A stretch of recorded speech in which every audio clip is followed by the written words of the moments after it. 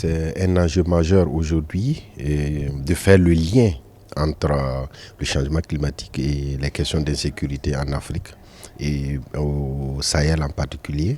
Parce qu'aujourd'hui, c'est des questions qui sont négligées par les gouvernants et qui sont aussi négligées par beaucoup de chercheurs aussi, qui fait que nous avons une menace qui continue d'évoluer et qui utilise ces changements climatiques pour s'implanter, avoir un ancrage beaucoup plus profond au sein de nos communautés qui sont de plus en plus désespérées. Dans nos recherches, puis qu'on a un bureau paix et sécurité, on fait beaucoup de recherches sur les questions sécuritaires en Afrique de l'Ouest. On s'est rendu compte que la question climatique était un facteur de la déstabilisation de la région. Et donc on s'est dit, pour avoir justement une réponse, on va mettre en place un groupe de travail avec des gens de différentes sensibilités, société civile, think tank, et aussi des personnes, il y a des personnes en Zoom de la CEDEAO, pour ensuite construire une réponse collective sur cette problématique. Et de plus en plus, les ressources naturelles sont limitées.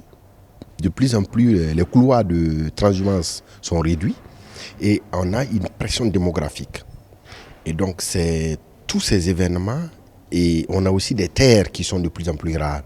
Donc, c'est tous ces phénomènes qui amènent des conflits, qui engendrent des conflits locaux, comme les conflits entre communautés autour des points d'eau, des richesses naturelles, les conflits interprofessionnels entre l'orpailleur et l'agriculteur ou agriculteur-éleveur.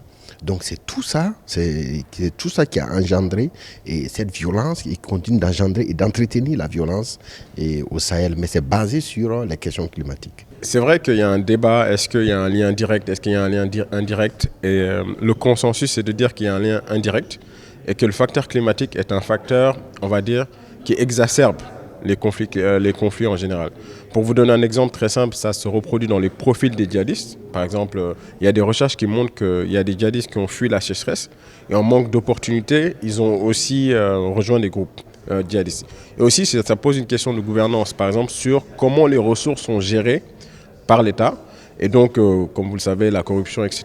Et on revient à un système où il faut construire une réponse collective pour voir, parce que le conflit, ce n'est pas simplement un conflit armé, mais aussi c'est un conflit de société sur les ressources, etc. Nous sommes très, très heureux sur cette initiative et parce que c'est une occasion unique de mettre en place cette plateforme de discussion avec des personnalités de différents horizons. C'est très relevant, très intéressant et c'est une opportunité de promouvoir un message régional qui, nous espérons, va être très forte et convaincante. Toute la bande sahélienne est à risque, c'est-à-dire le Sahel. Donc, et aujourd'hui, la menace est en train de se propager aussi au nord des pays côtiers comme le Togo, le Bénin, le Ghana et la Côte d'Ivoire. Et ce qui ne va pas épargner aussi le Sénégal parce que de plus en plus le Sénégal est frontalier avec tous ces pays. Pour que les États, justement, soient alertés, etc., il faut ce type d'échange. Il faut déjà un consensus sur, comme vous l'avez dit, les impacts du changement climatique.